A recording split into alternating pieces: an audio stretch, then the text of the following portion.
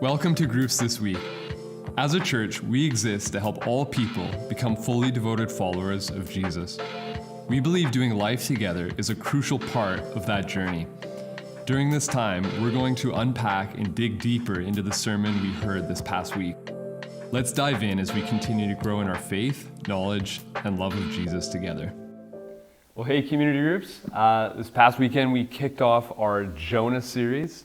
And David, you spoke to us at the Mariner campus on Jonah chapter 1. Yeah, we had a whale of a time. It was pretty good. That's awesome. I should have expected that right off the bat. That's great. You knew something fishy was going on, right? Yeah. It's not necessarily a whale, right? Yeah. Well, before we dive into chapter 1, David, why don't you just set the stage for us for the book of Jonah? Like, who are the Ninevites, where Jonah is called to, and who is Jonah?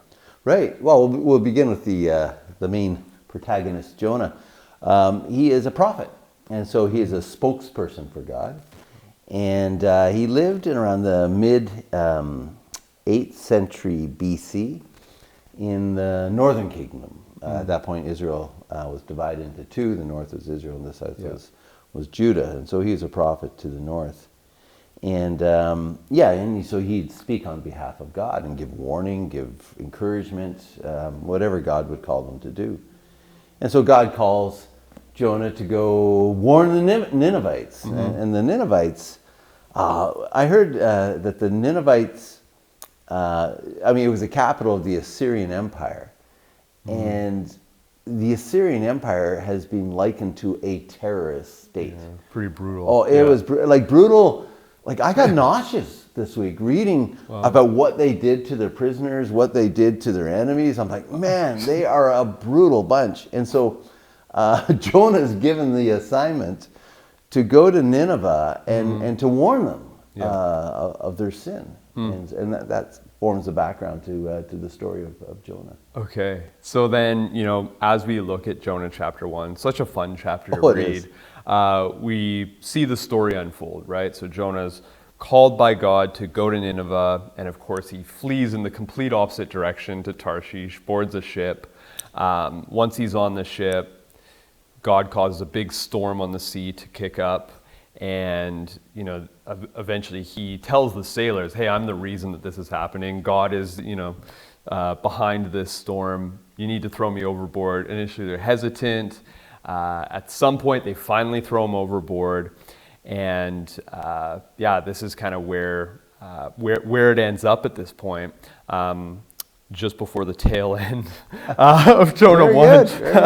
But what can we learn from Jonah in this opening chapter? There's so much. Yeah. There's so much in chapter 1, but you have to. I mean, you nailed it in the sense that it's a fun book. Mm-hmm.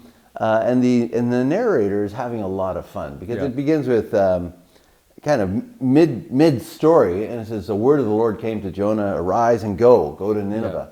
Yeah. And then we read, Jonah arose and went away from the presence of the Lord. And it says it twice. Yeah. He wants to escape the presence. So he's a prophet of the Lord. Yeah. He's a spokesperson for the Lord. Mm-hmm. And his immediate reaction is to run from the presence of the Lord. So he buys a one-way ticket to Tarshish in Joppa and jumps on ship to get away from the presence of the Lord. I mean, and there's so many interesting things in this chapter. I mean, just the way we pick and choose in our own discipleship. Mm-hmm. I mean, if God calls us to do things, we're okay if it's what we want to do. We're not so okay if we don't want to do. And so we like to pick and choose within the Bible, commandments or teachings that that kind of fit our schedule and fit our temperament. Mm-hmm. But the ones that maybe are a little outside of our comfort zone, we'd be like, no,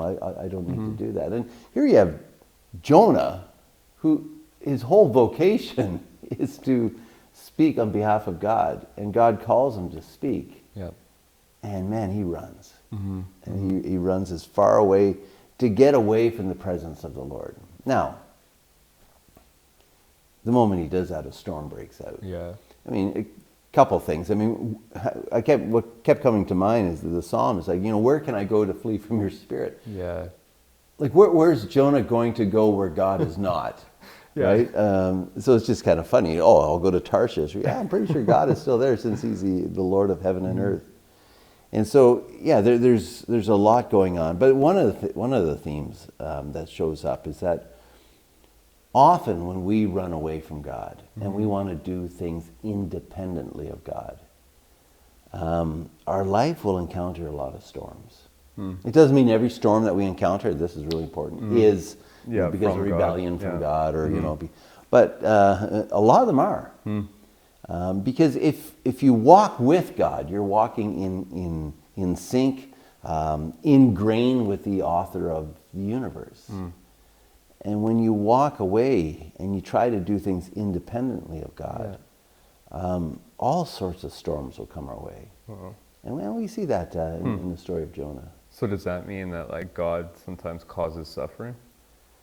Well, I think in this case, God is allowing, or he's bringing on a storm to bring Jonah back to him. So there is a mystery to that, because we also have the book of Job, and there is a mystery to suffering. He allows. But we do know that suffering can be a catalyst to our growth in our relationship with God. Romans 5, 3-4, come on. Yeah, and so like we know this, and we see this in Jonah to a degree. But as it turns out, as we look at Jonah, like he's a mixed bag, right? Yeah. He really is. And that's why I love the book of Jonah, because I look at Jonah, I'm like, I totally see myself in Jonah. The reluctant prophet. Oh, the reluctant prophet and the grumpy prophet. And probably afraid, like... Yeah. Now, and one of the interesting things, and this is what I talked about on the weekend, was, Jonah runs from his assignment out of is running away from the assignment was a moral decision. He knew how wicked the Ninevites were. He knew that they deserved judgment. He knew that if there's any group on this planet that needs to receive the full judgment of God, it's the Ninevites. And so he actually leaves. He refuses to go. And in his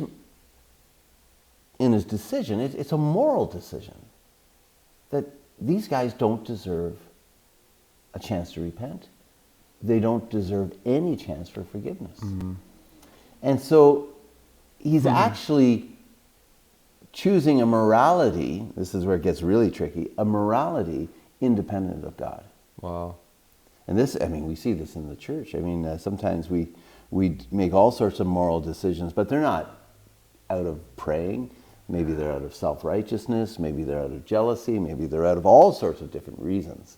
But we hide behind the, kind of a moralism. Yeah. There's a bit of that going on with Jonah. And I don't want to give spoilers. But it shows up later on in the story. He's almost like forgetting his own depravity and need for God's grace himself. Absolutely. Absolutely, yeah. There's a self-righteousness going on with Jonah, which I get.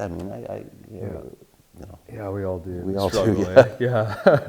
Well, then we see the sailors at the end of Jonah 1 respond differently. How did they stand in contrast to Jonah's response? The only righteous people in the story are the sailors and maybe the whale, because the whale's God's instrument. No, these sailors, they do they're pagans. Yeah. What do they end up doing? And they're they wake them up. They say, hey, why are you sleeping?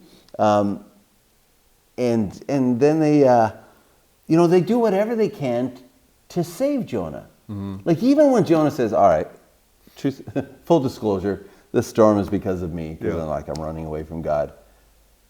Even when they know that, even when they discover that, they still try to save him. Yeah. But the storm is too great. And they have compassion on him. Yeah, so finally they're like, they throw him into the water. But even at that point, they pray. They pray to the living God. Oh, don't hold our sins against us. And so the most righteous people in the entire story of Jonah are these pagan sailors on the ship. Yeah, it says they sacrifice to God to make vows. Like, wow, that's quite something. They see like the power of God displayed when Jonah's thrown in the sea and then it ceases. ceases Well, the storm. and you know what comes to mind is Jesus. Is Jesus in Yeah. the storm. Yeah. Peace, be still. You know, he commands the storm. Anyhow, there's so many fun parallels in that. But I do like the pagan sailors. They're the people that we should emulate, not Jonah, right? Wow. Yeah. It's interesting how God can use even our rebellion for his purposes, right? Like the sailors, he's bringing to himself through even Jonah's rebellion. Very good. Yeah, that's a great observation. Yeah. Wow. Any last thoughts, David? Well, just enjoy it. Like there is the book of Jonah is written in a very playful way. Yeah. Like it's serious. There's serious themes in it, but there's a lightness to the story. It is very playful. I mean, any story where, a giant fish swallows up a prophet of the Lord. I mean, it's just something, we're so familiar with the story that we forget how strange it is. Yeah. Like, and it's really strange. But it's a delightful story, and there's so many great themes. And if you allow it, I do believe the book of Jonah will change your life. Yeah. Incredible. Cool. Well, hey, have a great conversation in groups, and thanks so much, David. You're welcome. Yeah. We hope you enjoyed the teaching today. If you're wanting to follow along with our community group's discussion guide with your group, you can head to cachurch.ca/media, where you can find the discussion guide. Not only are there questions there related to the sermon, but there's also prayer prompts that relate to the passage or the topic that we were talking about, and practices that you can, on an individual level or a group level, begin integrating into your life to not only bring this knowledge into your mind, but to begin living it out.